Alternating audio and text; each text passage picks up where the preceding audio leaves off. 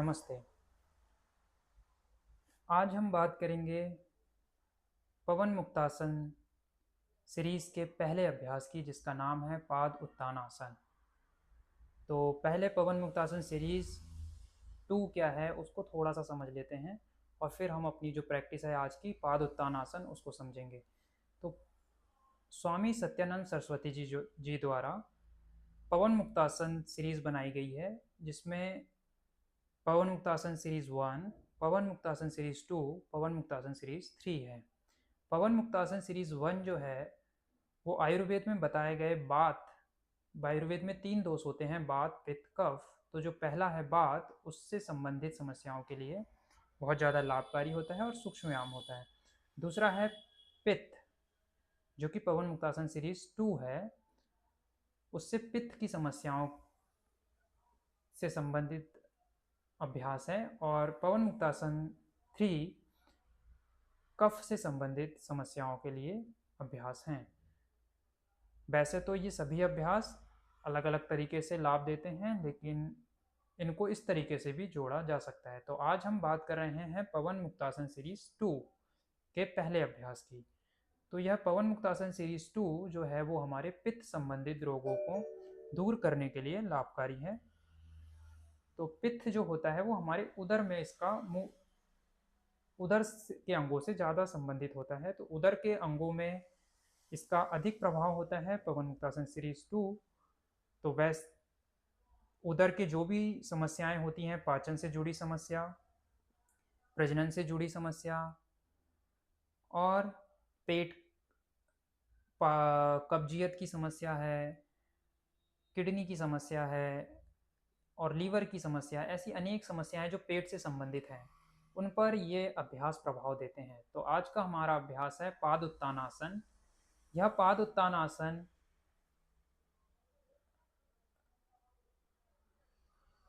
उदर के अंगों की मसाज करने के लिए लाभकारी है। उदर की पेशियों को सुदृढ़ बनाता है। यह अभ्यास पैरों की मांसपेशियों को तो मजबूत बनाएगा ही, साथ ही साथ पेल्विक क्षेत्र की जो मांसपेशियां हैं, जिनमें हमारे प्रजनन अंग हैं, उनकी मांसपेशियां, मूलाधार के क्षेत्र की मांसपेशियां और साथ ही साथ अपच की समस्या है, भूख ना लगने की समस्या है, कब्जियत रहती है, उन सभी लोगों के लिए लाभकारी है ये अभ्यास। साथ ही साथ इस बात का भी ध्यान रखना है कि किसे इन अभ्यासों को नहीं करना है।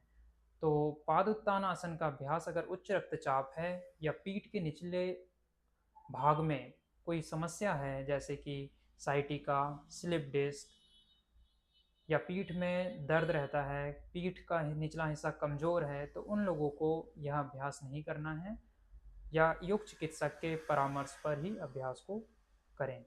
तो आइए हम करते हैं उत्तान पादासन। उत्तान पादासन नहीं, पादोत्तानासन, माफ कीजिएगा। तो पादोत्तान आसन के लिए पीठ के बल लेट जाएंगे। पीठ के बल लेटकर दोनों पैरों को मिलाकर रखेंगे, दोनों हथेलियां जमीन पर रहेंगी। ये प्रारंभिक अवस्था है। प्रारंभिक अवस्था में शरीर को आराम से शिथिल कर लेंगे, जल्दबाजी नहीं। श्वास के साथ जोड़कर हर एक अंग पर आ रहे प्रभाव को देखते हुए शरीर की गति पर अपनी सजगता रखेंगे, श्वास के साथ तालमेल पर अपनी सजगता रखेंगे। अभ्यास के दौरान जो उदर के अंदर के अंग है, आंतरिक अंगों पर अपना ध्यान रखेंगे कि वहां पर क्या दबाव महसूस हो रहा है, और साथ ही साथ मांसपेशियों में होने वाले खिंचाव पर ध्यान रखेंगे। तो पहले दाहिने पैर से, फिर बाएं पैर से 10-10 चक्र दोनों पैर से करना है। तो श्वास के साथ जोड़ना है, मतलब श्वास भरते हुए अपने दाएं पैर को, राइट लेग को घुटने से सीधा रखकर ऊपर उठाना है। श्वास के साथ जुड़ा रहे अभ्यास। श्वास अंदर, पैर ऊपर। अब श्वास को अंदर रोके रखेंगे, पैर को सीधा रखेंगे लगभग 5 सेकेंड। फिर धीरे धीरे श्वास छोड़ते हुए पैर को नीचे लाएंगे। ये एक चक्र हुआ। ऐसे 5 से 10 चक्र तक कर सकते हैं, या आवश्यकता अनुसार बढ़ा भी सकते हैं धीरे धीरे। तो श्वास भरते हुए पैर को ऊपर उठाएंगे, रोकेंगे थोड़ी देर श्वास को, पैर को भी रोकेंगे, घुटना सीधा रहेगा और फिर श्वास छोड़ते हुए धीरे धीरे नीचे लाएंगे। जब हम इस अभ्यास को कर रहे हैं तो श्वास के साथ तालमेल बैठाना है। पैर ऊपर जाता है तो श्वास को भरना शुरू कर देना है। श्वास को उसी गति से भरना है जिस गति से पैर ऊपर उठ रहा है, और जब पैर पूरा ऊपर उठ जाए तो पूरा श्वास अंदर आ जाएगा। 5 सेकंड तक श्वास को अंदर रोकना है, पैर को भी ऊपर रोके रखना है। फिर श्वास के साथ तालमेल बैठाकर श्वास छोड़ते हुए पैर को नीचे करना है। तो इसी प्रकार राइट लेग से हमने कुछ चक्र किया।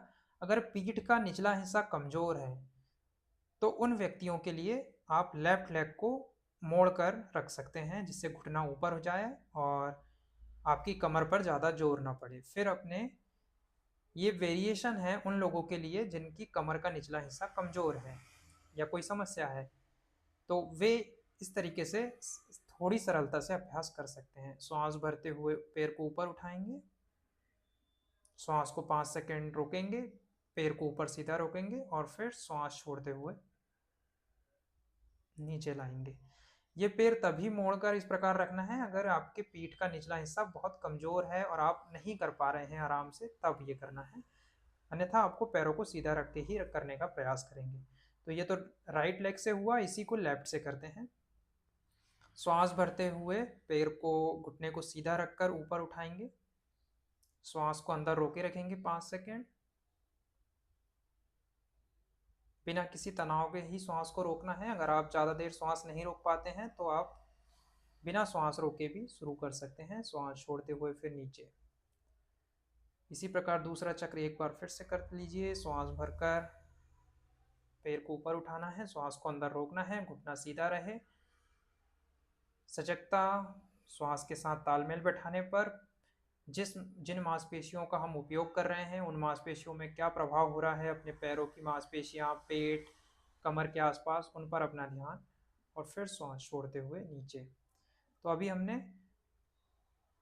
2-2, 3-3 चक्र किया है समझने के लिए। इसी प्रकार जैसा हमने पैर मोड़ के किया था, तो आप देख सकते हैं राइट लेग को मोड़कर सहारा देकर भी आप लेफ्ट को उठा सकते हैं जब आपकी कमर का निचला हिस्सा बहुत ही कमज़ोर हो। तो इस प्रकार उठाया और फिर श्वास छोड़ते हुए नीचे। तो ये दूसरा प्रकार हो गया उस अभ्यास का, सरल प्रकार। अब इसी का जो दोनों पैरों से करने वाला अभ्यास है, तो वो अभ्यास थोड़ा ज़्यादा परिश्रम वाला है, तो उसे सावधानी के साथ करेंगे या किसी को कराएंगे। कोई भी उदर संबंधी समस्या है, कमर से निचले हिस्से में समस्या है, साइटिका, स्लिप डिस्क या पीठ में कोई रोग है, तो वे व्यक्ति ना करें। उधर से संबंधित कोई भी समस्या की स्थिति में ना करें। उच्च रक्तचाप, हृदय रोग आदि समस्या में भी ना करें। श्वास भरते हुए फिर दोनों पैरों को ऊपर उठाना है, लेकिन इसमें बताया गया है कि आप पहले श्वास भर लीजिए। अधिक लाभ के लिए पहले श्वास भर लेंगे, श्वास को अंदर रोकेंगे और फिर दोनों पैरों को ऊपर उठाएंगे। श्वास को कुछ क्षण रोके रखेंगे, पैर ऊपर सीधे रखेंगे और फिर श्वास को छोड़ते हुए धीरे धीरे नीचे। पहले ही पैर नीचे ही है तभी श्वास को भर लेना है। श्वास को रोककर पैरों को ऊपर उठाना है और फिर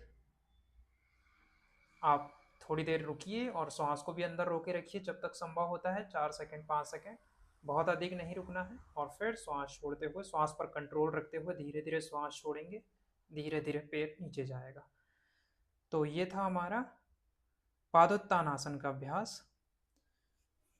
इसे नियमित रूप से अगर करते रहेंगे तो उदर की मांसपेशियां बिल्कुल मजबूत, उदर के आंतरिक अंग स्वस्थ, कब्ज जैसी समस्या दूर, प्रजनन अंग मजबूत, पैनक्रियाज हमारा मजबूत होगा, डायबिटीज़ वालों के लिए लाभकारी है, भूख बढ़ेगी, पेल्विक एरिया मजबूत होगा, प्रजनन अंग मजबूत होंगे। तो इस तरीके के इसके लाभ हैं। सावधानियां भी हमने देखा, उच्च रक्तचाप, हृदय रोग और अन्य कोई गंभीर समस्या है तो पहले योग चिकित्सक से बात कर कर अपनी समस्या बताकर उनसे परामर्श लें और फिर अभ्यास को अपने प्रतिदिन अभ्यास को कीजिए। इसी प्रकार नए नए अभ्यास को लेकर हम आ रहे हैं। प्रतिदिन एक अभ्यास लेकर हम आते हैं, एक नए अभ्यास को हम सीखते हैं, नई जानकारी प्राप्त करते हैं। तो आज के लिए इतना ही। नमस्ते, हरिओम, तत्सत।